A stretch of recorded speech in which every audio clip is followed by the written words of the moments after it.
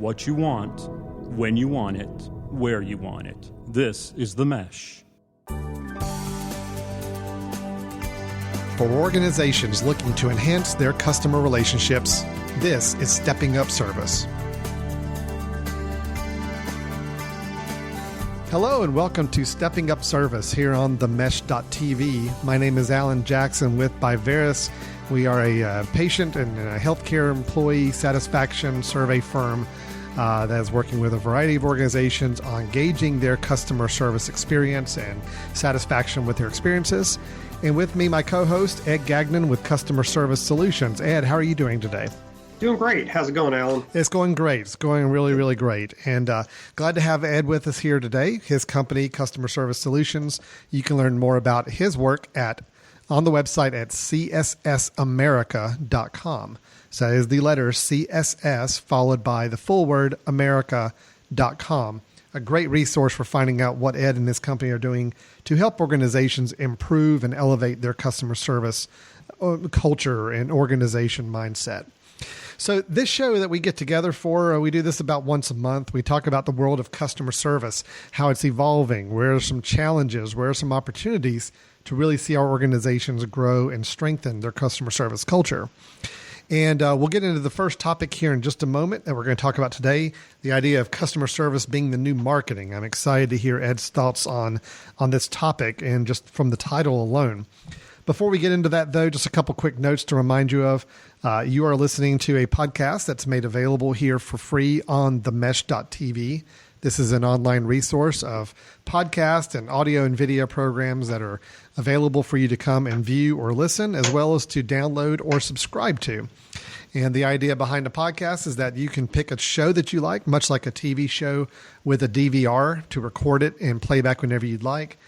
We put out episodes on a regular basis. You can subscribe to those shows and make sure that the latest episodes are delivered right to you via your cell phone, your mobile phone, your iPad, your tablet, computer, laptop, whatever it may be. Any device with an internet connection can subscribe to the podcast using certain software to listen to those podcasts or watch the video ones. So for more information, make sure you visit themesh.tv and see everything about not only this show, Stepping Up Service, but also the other shows we have available on the network for your listening pleasure. So, Ed, today's topic, customer service is the new marketing. Now, I studied marketing pretty extensively back in college, and that was kind of my personal passion side of business. I fancy myself a very low-level marketer. Not at all what somebody who's full-time in the profession would do, but enough to be dangerous, I guess. Okay. So the title of this episode got me intrigued, obviously, because I love the word marketing in general. But when I hear the word marketing, I don't think it's always as synonymous with customer service. So when you tell me the title that we're going to talk about, customer service is the new marketing, I'm really intrigued by this. So where are we going with this conversation? What can I expect over the next 30, 40 minutes or so here? Yeah, that's interesting that word marketing is so exciting and intriguing to you, yes, Alan. So it is. Yes, and the words customer service are not always exciting and intriguing to people. So, no, Ed, our show is always exciting and intriguing. So I dare say customer service is just a really, really hot buzzword on everybody's lips, just as much as marketing is. So don't downplay our customer service now. So. Yes, good point. Well, the reason why this topic resonates so much with me, over time, as well as researching customer service, trying to stay on top of the latest trends, and trying to be a strategist for my clients on trends in the customer experience and serving and retaining their clients.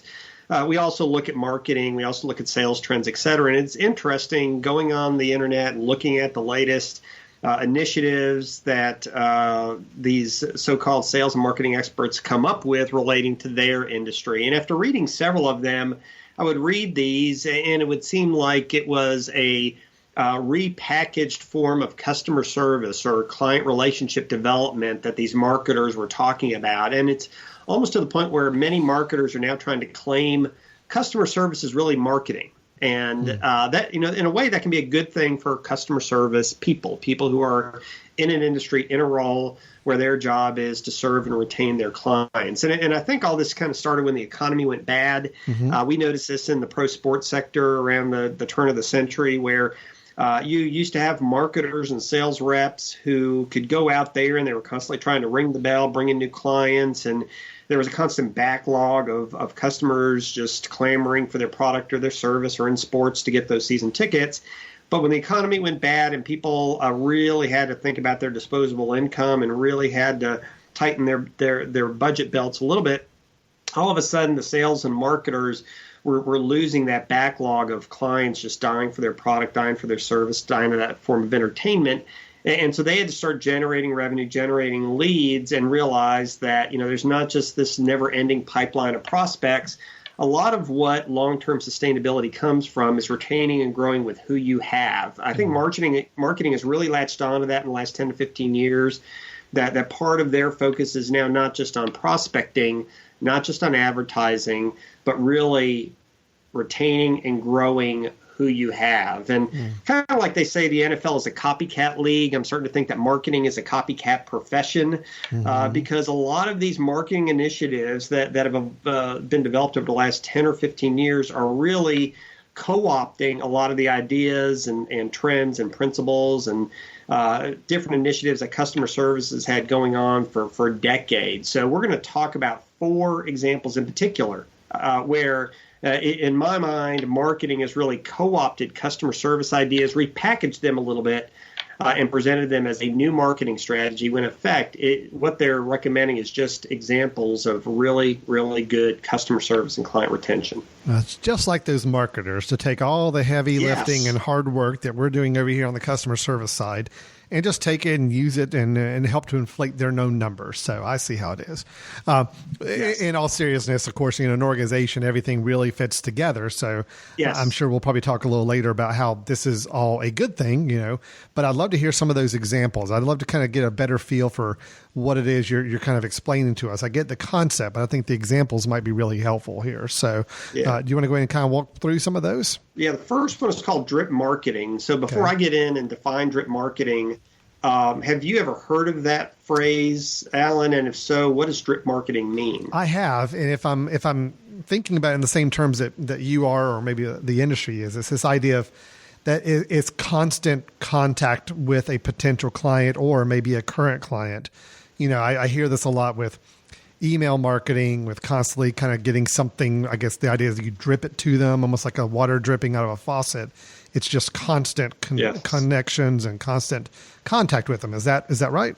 Yep, that's excellent. And it's funny that you talked about constant contact. That is actually a tool that some companies use, the constant contact, not to plug them for email communications as well. But basically, yes, that's it. Drip marketing over time. What you're doing, and this is best planned over about a 12-month period, you're periodically touching the client with messaging or with requests for information that will hopefully eventually deepen relations, potentially retaining sales. You're kind of putting yourself in the position of being an educator. You're constantly building awareness of the customer and building interest in the mind and the heart of the customer on an ongoing basis. So some of the principles involved with these drips, the drip marketing, are you want to never let the relationship go stale. Never have those long periods of time where there's no touch. You want to look at customer communications a little bit more strategically. What's the goal of these communications? What do you need to know by when to share this information? What do the customer need to know by when? There's sometimes a relationship development component to it. So that's what drip marketing is. Okay. Now, when we look at it from the customer service standpoint, to us, this is part of customer relationship development. This is what we call touch point planning. So we use this term a lot. We were recently, a couple months ago, we're with a major SEC football school doing touch point planning workshops for this particular university because they've done hundreds of millions of dollars in renovations to their stadium and practice facilities. They've expanded the number of seats they have available for season ticket holders. They're wanting to go from 30 to 45,000 season ticket seats sold on average for every game. And one of the ways that we're working with them to do that is to create these touch point plans where you're literally, in a very strategic way, touching the customers with one of 3 types of touches. Or either doing that marketing, or you're providing some information of value, how to get to the stadium, what services are provided, how to navigate the traffic, who's your account rep, or you're the third type of touch, and we've talked about this particular aspect of the approach in other podcasts, but where you're trying to pull information from the client. Mm-hmm. So you're doing that so you better know them and can better meet their unique needs. So this idea of drip marketing, in a lot of ways, is a repackaging of client relations touchpoint planning.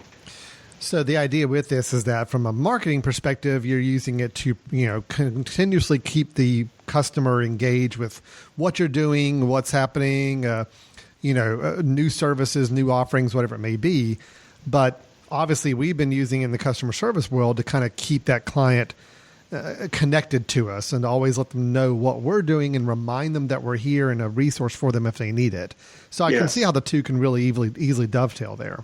Yes, and a lot of the reason why you're hearing more about drip marketing and some of the other concepts we're talking about is not just because of the bad economy, but it's because of the proliferation of technology, where it is so easy to send an email, it's so easy to house intelligence that you gather on your clients.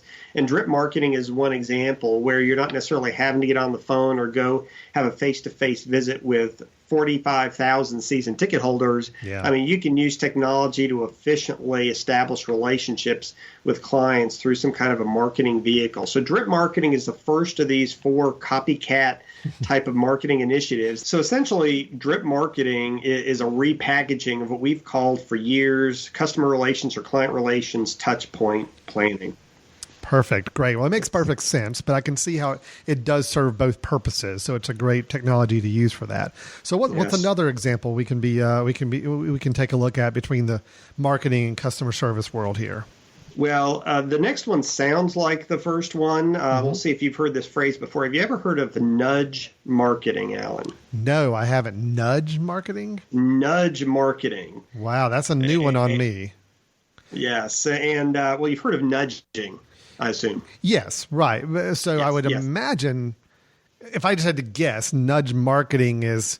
what is nudging? Nudging is, you're just kind of pushing them. You're kind of just like poking them a little bit, reminding them of something, kind of pushing them along.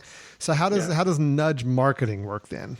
Yeah, well, that's a good definition. And there is a nuance in the difference between nudge marketing and drip marketing. Nudge marketing involves almost exclusively a call to action. So whereas we're talking about with drip marketing, you have these touch points.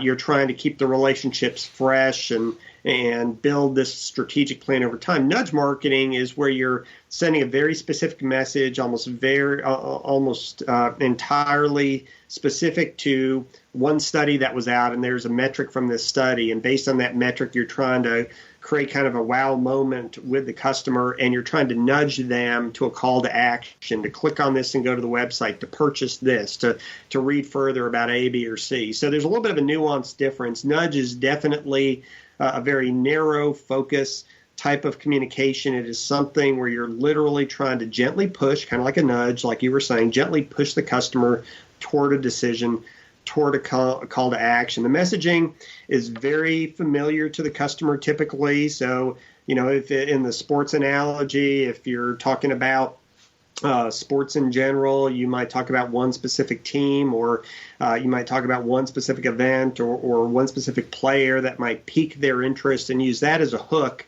to then pitch whatever your call to action or whatever you're trying to sell. It might typically ask a question or have some kind of data that compels the customer to go to that next step, and it's repetitive, similar to what we talked about earlier with the drip marketing. Mm-hmm. Now, where the nudge marketing seems like it really repeats something that's been a part of customer service and client relations for years, is that if you do a really good job in client relationship development, client relationship development is not just about keeping who you have or reacting to their needs. What is one of the key things that you want to try to do with your existing clients beyond just meeting their needs and trying to keep them year to year, Alan? Well, I think with any good client, I mean, you obviously want them to see if there's ways for them to grow in the types of services they utilize you for, or explore other services or products you could be offering them. Yeah, you're exactly right. So essentially the last step in client relationship development, after you've really gotten to know them, you have these touch point plans, you're retaining them, is to figure out how you can grow business with them. So it's always a strong component of any kind of client relationship development plan to not only serve them and meet their needs, but if you truly care about your customer, you're going to find new goals they have, new issues, new needs, where your products and services can address those. You're helping them to have a better experience. You're helping them to have a better life or to get more value out of what they do with your organization if you can make these other offers, or if you can help them identify their friends, their coworkers, their peers who might also need your service, and therefore you're asking for referrals. So any good customer service or relationship development plan involves growing business with existing clients. The sales are easier and faster if you have a solid relationship with your customer where you know them, they know you, and there's that mutual trust. So nudge marketing, it is very targeted with the messaging. It is very, very repetitive. It does lead to a call to action. But keep in mind, if you do a great job in customer service in general at getting to know your clients, growing your relationships with them, meeting their needs, one aspect of good customer service is identifying those customer needs and issues and offering that product or service to help meet those needs as well. And I would imagine there is a line to understand between coming across as just selling to the customer. Hey, you bought product A from us, so now we want you to buy product B. Yes. What you're talking about is really more of this helping them gain even more value from the service you can provide. If they are using product A and you know as their customer service representative that it makes better sense for them to also look at product B because it can further enhance what they're doing with product A, and that's a good opportunity for them, we're talking to them about that. We're opening those doors for them. We're not talking heavy sales that we just want them to check off every single item on our product list that they can. It's really trying to help them see good products and services that can continue to supplement or enhance what they're already doing, right? Yes, as a matter of fact, we were working with a bank. Now, this is probably 10, 15 years ago now, but working with a bank, and we were working with our customer service reps because the bank wanted the customer service reps to actually sell different products or services, not just respond and react to the questions or issues or needs coming in, but actually to sell service. So I was working with the staff at the bank, and they had a strong hesitation to sell. To them, the word sell was heresy. I'm a service person. I'm not a salesperson. I was hired to serve, not to sell. So what we had to do culturally in working with them is to realize, your goal in serving them is to help them to have a better life, to have a better experience, to maximize their financial investment. And you're actually doing a disservice if they have a certain need, that child going to college, or they have a certain desire to buy that car, or they have a certain goal with their retirement funds, and you know what that issue or that need or that goal is, and you're not suggesting something to them to help them achieve it, you're actually doing a disservice. Yeah. So really, having that kind of focus culturally is very important, and it is part of good customer service. No, it makes perfectly good sense. I mean, you think about the number of times that you've been in a situation where, a client has had great success with a product or service that you've sold them, and you introduce them, or they hear about and they find out about another service, and they're actually excited to see how that can continue to help them even more. And you see those outcomes. I mean, yes, it's more dollars, it's more revenue from a financial standpoint. It is another sale on the pipeline. But for clients, so you're right. I mean, if we're not giving them those opportunities to better improve what we're already offering them, it could be seen as a disservice. I hadn't really thought about it that way, but you're right. That's we kind of owe it to our customers to give them the opportunities, not through a hard sell, but letting them know where they have opportunities to get even more value and service out of what we're providing. I like that. That's great. Right. And the more educated we are in what they need, the more comfortable we are in recommending those products or services, because we say, wow, you need this. Well, we have this particular service, or this, for the sake of your company, we have this new feature in some of our technology from a survey perspective that would really help you to address that need. So we're more comfortable and more confident in offering those, the better we know our individual customers. Mm-hmm. And that actually ties in to our third initiative, or our third marketing-oriented vehicle, and this is CRM. Okay. So, Alan, what is CRM? That is a customer relationship management or client relationship management system or software for tracking everything that a customer uses or does, contacts, interactions, all that good stuff. So it's all keeping it together in a system. Yeah, you're exactly right. And whether your organization would use Salesforce or Microsoft Dynamics or Zoho or whatever other tools, CRM tools that are out there, these tools house tremendous amounts of information that enable you to know your customer in an in-depth manner. Yes, CRM is the holy grail. It's something new. It's something wonderful. It's something that's never been done before, except when you think that maybe 40, 50 years ago, Zig Ziglar would write books and he would have these 4 or 5 pages of these are all the details that you really need to know on your customers to develop relationships with them. He was saying instead of pushing a product, you really need to get at the core of what customer relations and sales are all about. You have to get to know your customer as a unique individual. Do they have kids or not? And what are their interests? And what are their hobbies? And, where do they come from? All those sorts of things. Kind of viewing them as a supplier of information. And these were concepts he was promoting 40, 50 years ago from a sales and service perspective. So he was basically creating a very early version of a CRM. Basically, a very early version of a CRM is what he was putting together. Maybe more paper-based and more notes and notebooks and all, but it's the same concept. It's putting all this information together about a customer other than just what did they order and how much was it worth, Right. Yeah. He wasn't into order taking. He was into relationship building. He wasn't trying to make a sale. He was trying to make a customer. Mm-hmm. And there's a major difference there. So CRM, it might be something that's been relatively new the last 15 or 20 years, is getting promoted in so many different organizations.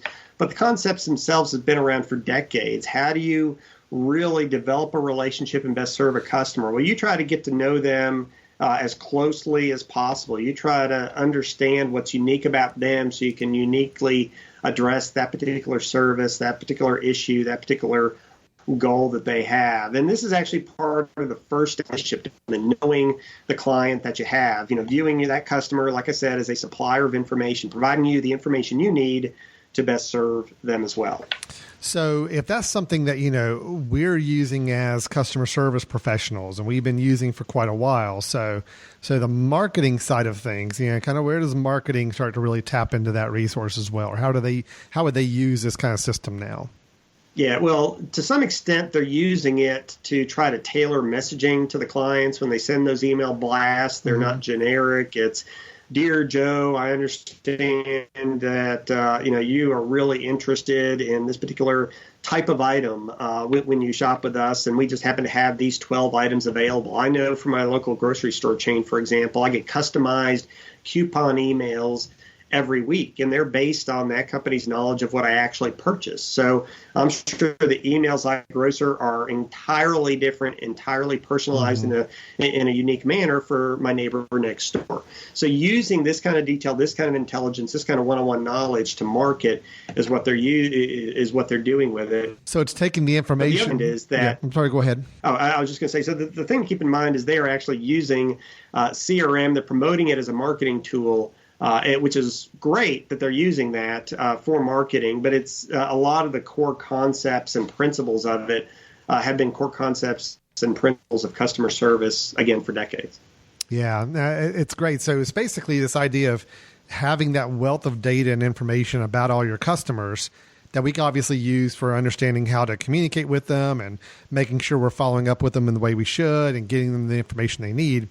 But you're saying also marketing can use that same information to get more customized messages out and to really tailor messages to those individuals from a marketing perspective as well. So tapping into our database to use it for sales and marketing. So I got it. Yes. Great. Yeah. Okay. Well, the fourth initiative, that fourth vehicle, if we want to call it that has in essence been co-opted by marketing and used by marketing, promoted by marketing as this new and exciting thing, is customer journey mapping.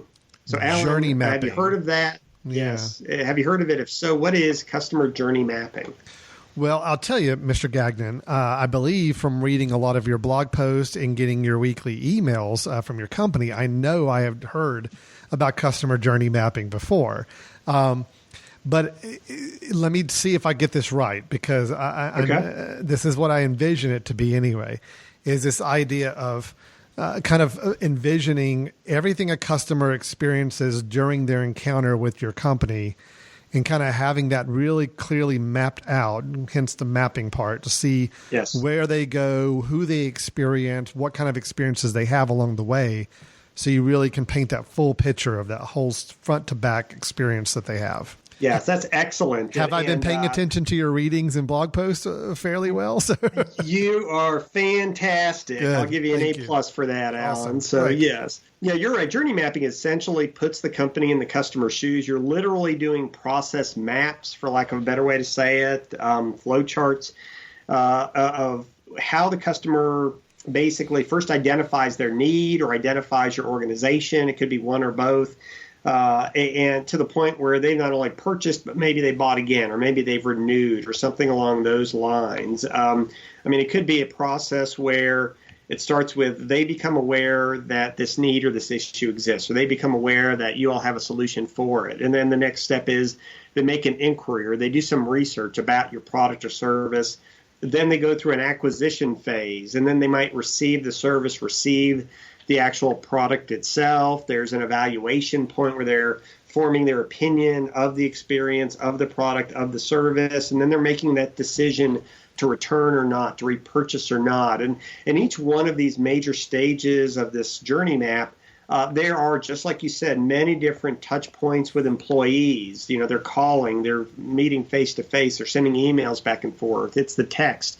It's whatever the case might be, online, face-to-face on the phone, and there's certain types of the experience. So what marketers do is they create these journey maps of what that customer experience looks like, so they have a comprehensive view of the customer's interaction with your business so that they can be more intentional about designing the marketing approach. So they have more control over, all right, what does the customer see? If they first go to the website, what does that website need to look like to drill them to a conversion page? Or if they first call you on the phone, what is that branded experience like on the phone, and how are we leading that person into our shop? Or if they first see us on the billboard, what are we trying to convey? What kind of brand are we trying to have? What kind of call to action do we have? And then how are we funneling that to the appropriate next step, so it seems more like a seamless movement through this journey? And they're doing this to basically maximize their sales opportunities. That's why they're doing a lot of this journey mapping. Well, in customer service terms, we've been talking about the phrase service system forever, where you're literally designing your organization around the customer. You start by figuring out, well, who is my customer? Mm-hmm. And then you say, what does they need? And then you say, what is it that they need? Then you say, what product or service do we have to meet that need or meet that want? What's the process going to be used to deliver it? What's our environment going to need to look like delivery? And then what does our culture need to look like, et cetera? So this journey mapping, it can be exciting. Again, it can be sexy from a marketing perspective. It's something that's been going on forever for organizations that are trying to design their business around the customer with their service system. So if you can imagine, if marketing is using this idea of customer mapping and customer service is using it too, really the idea is between these two mapping systems, we have a full lifespan of from trying to reach new customers and finding out how those new customers find out about us and experience us, all the way through they're a customer and they've been shopping with us and they buy things, and we just see that entire process mapped out. So basically, we've been doing the customer mapping for quite a while. What you're saying is marketing has been now mapping that same way, everything pre them becoming a customer as far as what they see and how they interact with us. Right. So you almost have this entire customer life cycle mapped out. And when you do that, you're much more intentional about how you create your business. I mean, think about, it could be your business, it could be a retailer. If you were to start from scratch and redesign literally what your facility looks like, what your website looks like, what your processes look like, how your people are, based on who is your target market customer, mm-hmm. and what specifically do they need, it might look exactly like it does now, or it might look entirely different. So that's why organizations are doing journey mapping. That's why we did service system design starting 20, 30 years ago. It's because if you want your customer to have the best experience possible, something that's intuitive to them, something they enjoy, you want to design the entire experience around your customer. Yeah, that makes perfect sense. So far I'm hearing the 4 examples you gave of things that the customer service world has been using that now marketing is kind of co-opting and using also for marketing purposes. This idea of drip marketing, nudge marketing, which is still kind of a new one for me. So I'm glad I'm participating in this podcast because I am definitely learning some things. Alan. Absolutely. CRM, the customer or client relationship management, and then the customer journey mapping process. So these are 4 tools or strategies that we've been talking about for a while, but it sounds like are really having some impact on marketing and sales for a company as well. That's great. Yeah, so we could say, woe is us, marketing is co-opting some of our ideas. But what we're going to talk about after the break instead, to put a more positive slant on things, absolutely, is that this is good for the customer service components of an organization. This is good for customer service professionals as well. And we'll talk about why all of this focus on things that we've been doing for decades now being focused on by marketing. Why is it good for people in the world of customer service? Perfect. Sounds like a great segue. We are going to take a short break. When we come back, we'll pick up on exactly the things Ed was just describing right then. As we continue with Stepping Up Service, our topic for today, customer service is the new marketing. We will be right back with the rest of the show in just a moment. We'll get back to your show in a moment. Just a reminder, you're listening to The Mesh, an online media network of shows and programs ranging from business to arts, sports to entertainment, music to community. All programs are available on the website as well as through iTunes and YouTube. Find out more at themesh.tv and give us feedback on what you like. And now, as promised, back to your show. Hello and welcome back to Stepping Up Service here on themesh.tv. Again, this is Alan Jackson alongside Ed Gagnon from Customer Service Solutions. And we're finishing up on the topic we were started earlier in the episode. Customer service is the new marketing. We went through 4 examples of customer service techniques or practices that marketing and sales groups within organizations have also started to use now and are finding some value in. So Ed, if we've got these shared processes or things and systems that we see customer service has been using for a while now, marketing starting to use more of those. You told us before the break that you were going to explain to us how this was a good thing. So please tell me, Yes. How is this a good thing? How are we not as customer service professionals just losing out by fighting marketing, taking on these things and using them to grow the business, and we kind of get left in the dust with tools that are now being used for other purposes? Why is this still a good thing for us? Okay. Glad you asked that question, Alan. Right. And then I'm going to answer it from 2 different perspectives. Okay. The first is more of a technical perspective. The second is people. Okay. So from a more technical perspective, this is good for the customer service components of the organization. So the first point is money. Organizations are always, and I find this with so many of my private sector clients, they are so willing to put money into TV advertising and billboards and web and CRM, et cetera, and pay those folks buco bucks, and they have all these incentives, but that typically hasn't gone to customer service. Now, the good thing of money being funneled into marketing to fund all these different marketing initiatives and efforts in technology is that there are budgets that are being used that can be leveraged by the customer service people. So if you are spending money on a CRM system, now the customer service people have access to that CRM system. If you have money being spent on websites to do marketing, there's typically a pretty strong customer service component to those websites. If money is being spent in the right way through drip marketing or nudge marketing, then there's probably more of a relationship being built over time as well. So the better that relationship is through a lot of those touch points, often the interactions that occur with customers are easier because there is a certain higher level of customer knowledge, there is a certain higher level of customer trust and familiarity, et cetera. And even with journey mapping, we talked about journey mapping where you're literally saying, how do we design products to meet customer needs? How do we design processes and facilities to deliver those products?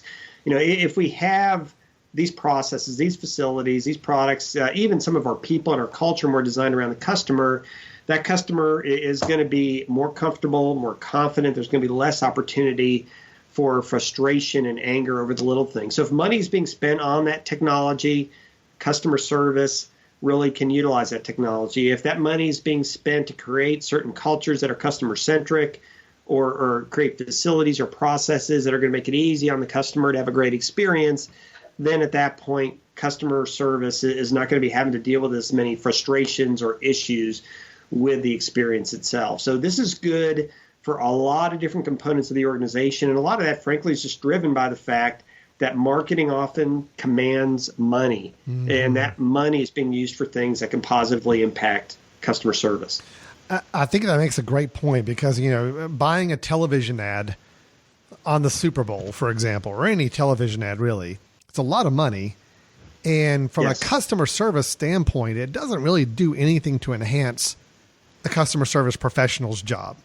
Yes. It helps sales, it helps marketing, but it doesn't help the customer service. So what you're saying is where organizations are spending more money on things like CRMs or more drip marketing strategies or, kind of this journey mapping. Those are all tools that we as customer service professionals can now take better advantage of. So we're actually getting kind of the benefit of the money being spent on those marketing tools now.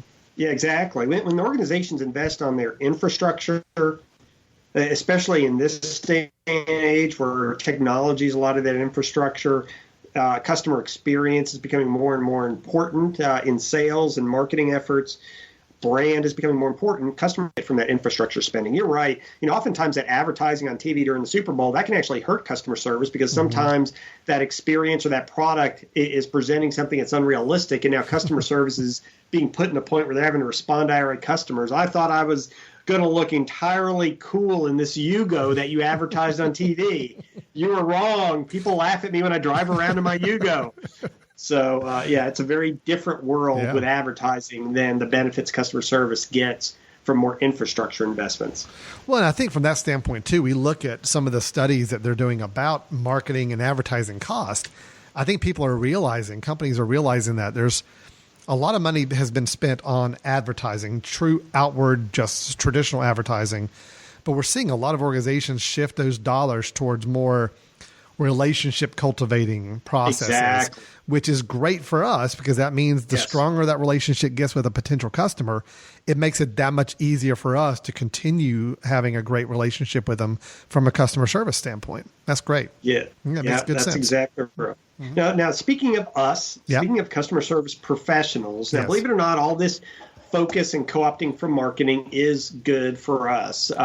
Just to give you an example, when we're dealing with customers nowadays versus 20 years ago, the average person in customer service is dealing with clients with higher level needs, higher level issues. I think I might have told a story on a podcast about this several years ago, where maybe about 10, 15 years ago, Charles Schwab launched this new website.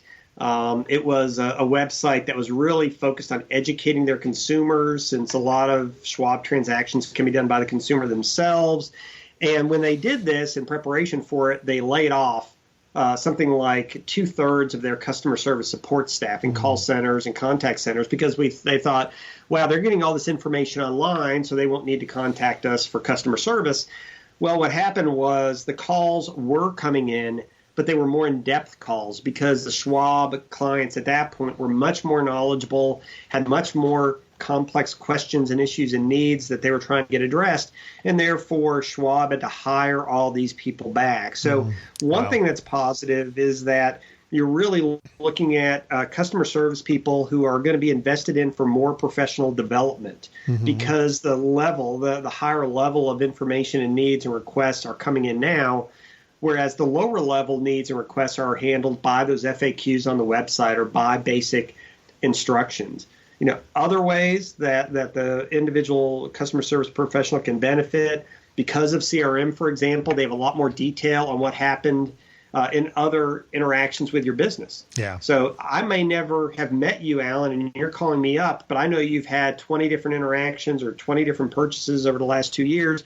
I can look at all of that, and I can be much more educated and personalized in my encounter with you. So those are just two of a couple ways. I'll go into a couple others, but any initial thoughts with that Schwab example, any initial thoughts when you think about access to all the information across the organization that are now in the hands of the customer service pro? Absolutely. I see the immediate benefit for a professional like in fields like ours.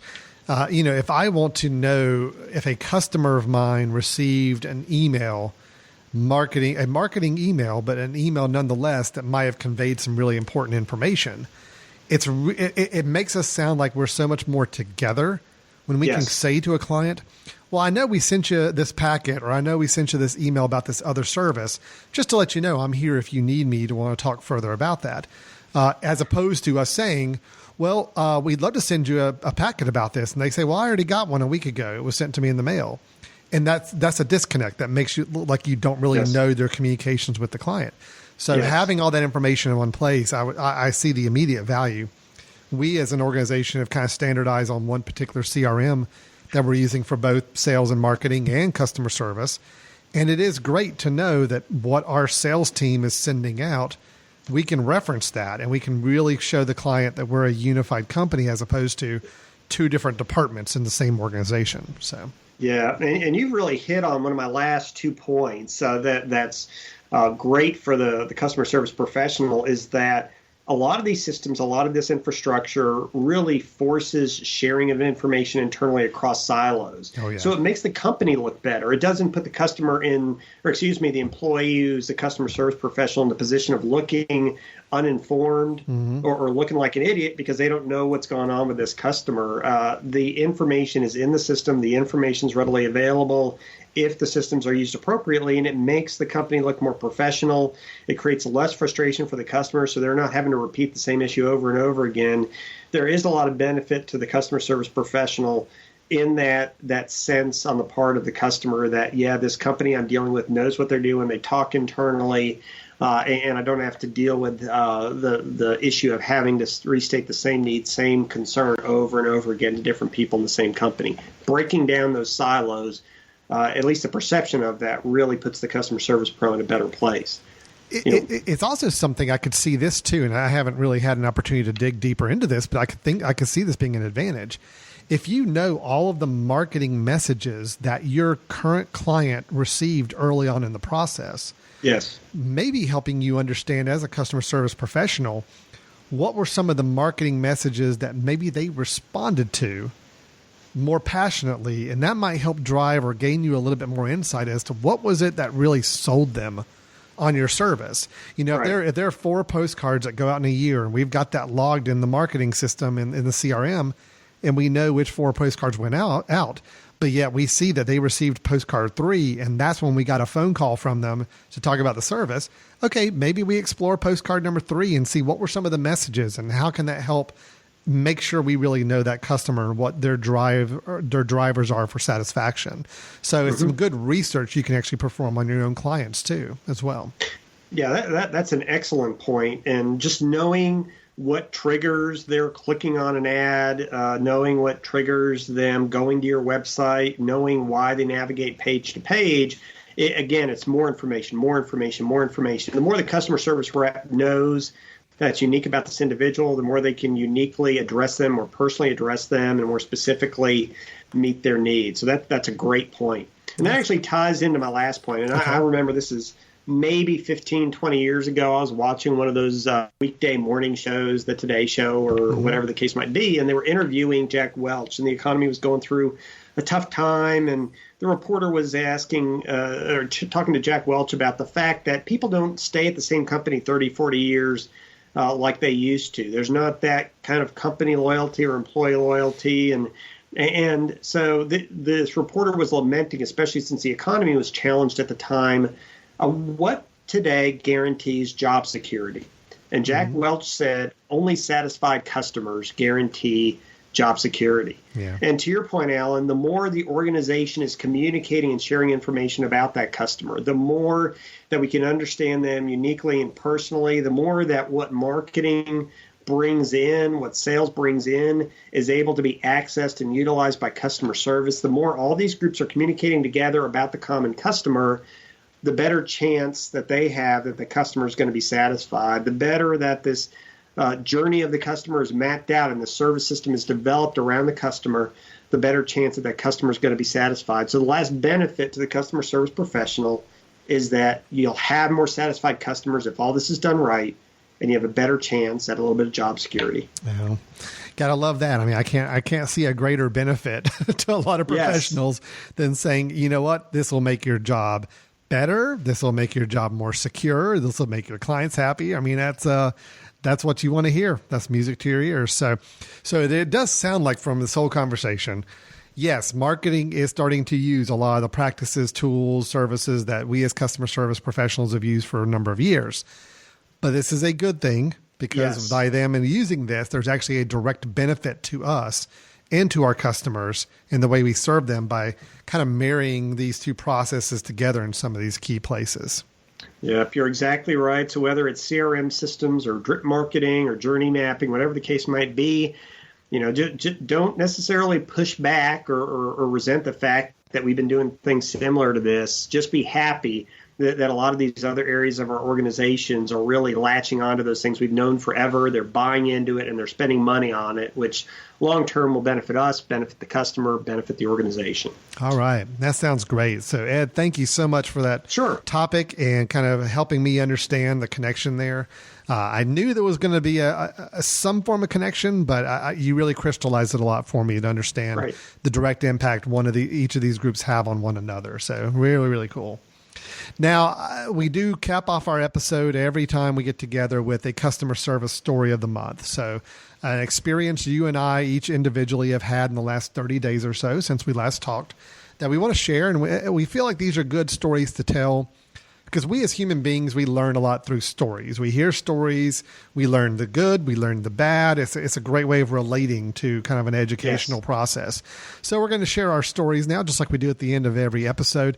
Ed, you've been kind of doing a lot of the talking last little bit. So how about I'll go ahead and go, and then you can bring us home at the end with your story. So my story is a very interesting one.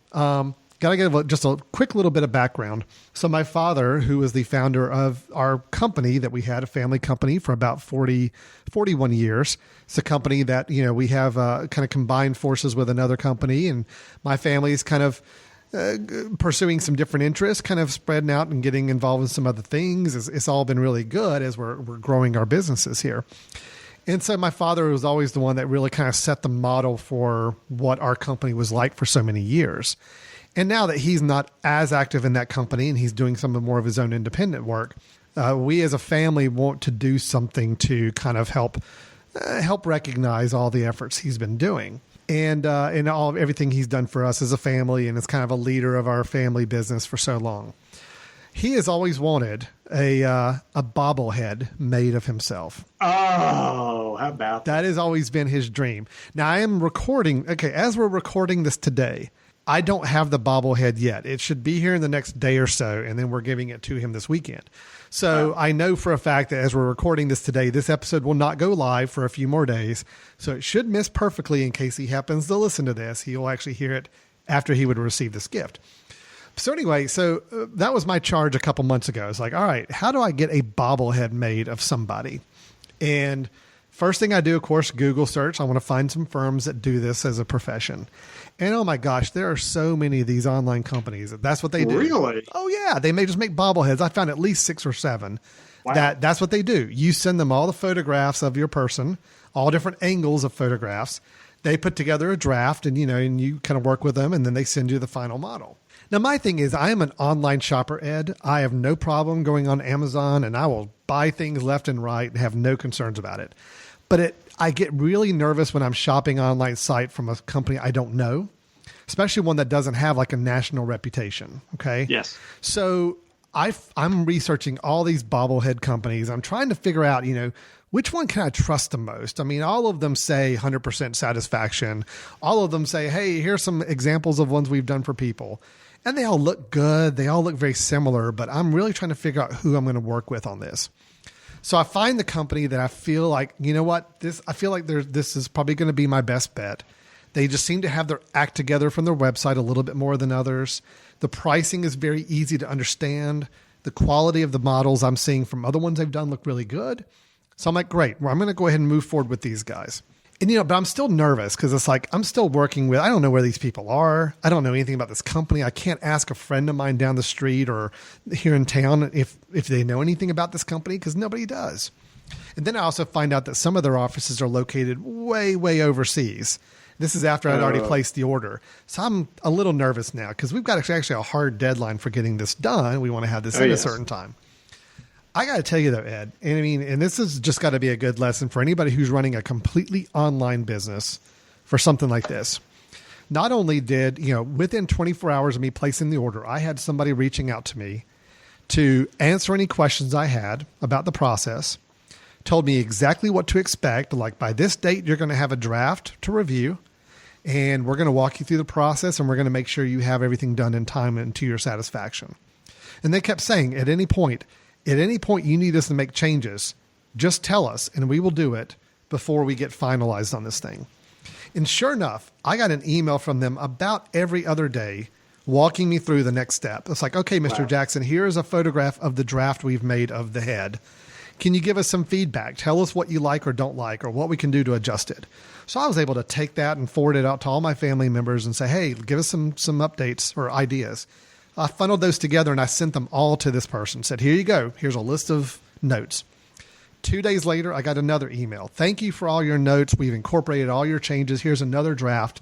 Can we get your sign off on this or any further changes? So it's like they were just constantly, this is the whole process worked this way. I got emails every step of the way. I know exactly what this thing looks like before I've even laid eyes on it now in person. I've seen it from all angles. I've seen it updated every step of the way. And what's fascinating, and this really ties into kind of the CRM and some of these other systems we're talking about, what I noticed is that almost every person that sent me an email was a different person at the organization because they're calling me at different times of the day or writing me at different times of the day. So I noticed the name was always different at the bottom of the email, but yet everything was consistent in all the messaging and they knew exactly what step they were on. So it didn't even faze me that I was talking to probably 6 different people during this whole process. Yeah. They just had it together. So I think they had a really great system for tracking this. I think they had a really great mechanism for keeping everything in place. So I just, I was really, really surprised and happy with the process in general. And especially knowing that it's a very unique, niche-y type of thing. It's not something I can get through Amazon or through any other big retailer online. And it's also a very personal thing. I mean, this thing has to look like my father. So, I'm working both with artists and reps, and they're kind of bridging that whole gap for me. I got to tell you, I was just really happy with the process, and they were just super pleasant and easy to work with. So it has been great. And I know you're probably going to ask the question, like, what is the company? Because I should be able to give them a plug. And, of course, I don't have that pulled up, but I am pulling it up as I'm talking right now because it is something where I do want to give these guys a little kudos for what they're doing. So the name of the company, if you search for it, is AmazingBobbleheads.com. And if you're in the market to get a bobblehead made of somebody, you want a custom bobblehead made, this company is AmazingBobbleheads.com. You go, you fill out their forms, you submit their photos, and then they connect you up and walk you through that process top to bottom. It was a really great experience. So that's my positive story for the month. Well, that's an awesome story. I don't know how I'm going to follow up a bobblehead story with one on health insurance. Oh, boy. But you maybe ought to just end with yours. I don't know. But you did say it was a positive story about health insurance, right? That's phenomenal. That's great. Yeah, I thought it was pretty good. It was a good experience. Yeah, and I actually was going to ask you, what's the name of the company? So you read my mind there. That's great, Alan. AmazingBobbleheads.com. Yep, absolutely. Yep. Well, Ed, what's your story?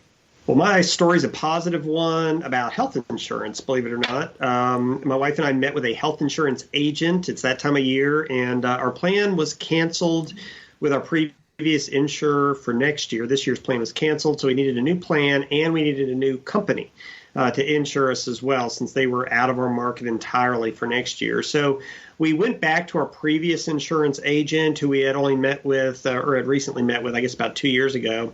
So he met with us again, warmed up with us. He explained our options. He was very patient with all of our questions. And then after the meeting, he immediately emailed the main options we were considering for our health insurance for 2017 so that we could review them. Now, prior to that, he had ended the meeting with being very clear on what the next steps were and what the time frames were when we needed to get things done. So it was all handled very well. Mm-hmm. Now, this was a good experience, very good overall. But the reason why I'm actually highlighting it is that one of the 3 approaches that we can take to our health insurance next year through his insurance provider is actually comparatively expensive. So that is an option. We didn't know that it was comparatively expensive. We knew it was expensive. That's pretty obvious. But we didn't know compared to something similar from other companies that it was relatively expensive. So he didn't have to tell us that, but he did.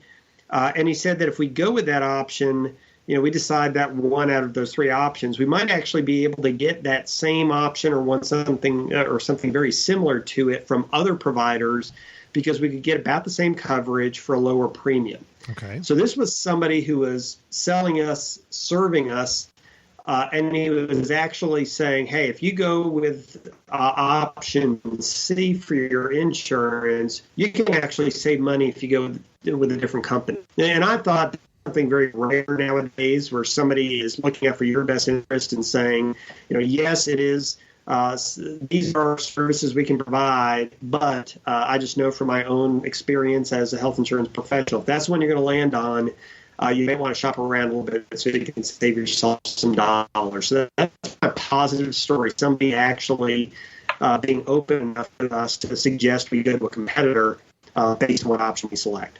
Wow. And that's very unique, not just for health insurance, but for any kind of vendor. I mean, it's like going up to McDonald's and you say you want a certain type of chicken sandwich. They say, well, if you want that kind of chicken sandwich, you really should go down the street to Chick-fil-A. That's a better fit for you. Yeah. I mean, that's just not something common to do. But, I mean, it just shows that he's more interested in a service for you and getting you the best situation than necessarily just padding his own commission or whatever he gets from it. So that's really surprising and very encouraging to see that there's professionals out there acting that way. That's always really good to see. Great. Yeah, I agree. So good points. And thanks again for the bobblehead story in the website. I might have to tap into that. Yeah, I do encourage anybody who wants one. Hopefully you'll have just as good experience as I did walking through the process. Granted, it's an all email dialogue, but for it being all email, it worked out great. So that's two good stories for you to take us some lessons away. Again, we feel like stories are a great way to reinforce some of the things we talk about in our shows. So we hope these stories can be ones that maybe you share with other people or talk up. Or if you've got your own customer service story you'd like to share with us, and maybe in the future, we may decide to just start reading some of the ones we receive from listeners. That would actually be a lot of fun too. I encourage you to send that to us. There's a form on themesh.tv website. That's the website where our podcast is located and can be found. On that contact form, if you just fill out the contact form page and let us know that it's a story for Stepping Up Service, we will make sure it gets to us, and that may be something we consider being able to read if we have time to do so in the future. So Ed, great discussion today. Thanks so much, not only on the topic of customer services, the new marketing, but also in sharing your story with us this month as well. If you're interested in following Ed or his company and finding out what they're doing to help organizations improve the customer service culture that they provide and share, I do encourage you to visit their website. That is cssamerica.com. On that website, you'll have an opportunity to sign up for their email newsletter, a lot of blog posts you can read, a lot of articles to link to. And of course, if you see a need to contact the company and talk to them about ways that they may be able to help you out with your organization and in elevating the level of customer service you provide, that's a great route to go. My name is Alan Jackson with Biveris, and you can learn more about us at biveris.com, where we talk about customer, patient, employee satisfaction and engagement surveying and innovative ways we're helping organizations primarily in the healthcare field, but also working with a few others as well. But in the healthcare market, working with them on gauging satisfaction from their different constituents. And of course, Stepping Up Service, you can learn more about us at themesh.tv. Go up to the shows menu and pull down for Stepping Up Service. You can see links and players for all of our past episodes. You can go back and check those out and find some old topics and help share them around. We'd greatly appreciate it. Ed, that should wrap us up for today. Thanks so much for your time as always. Yeah, appreciate it. Enjoyed it, Alan. All right. Everybody, thanks for listening, and we'll talk to you next time. Take care.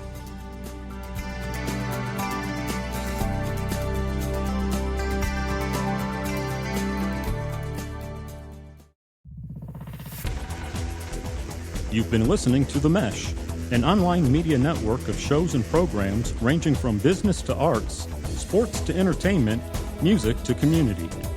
All programs are available on the website as well as through iTunes and YouTube.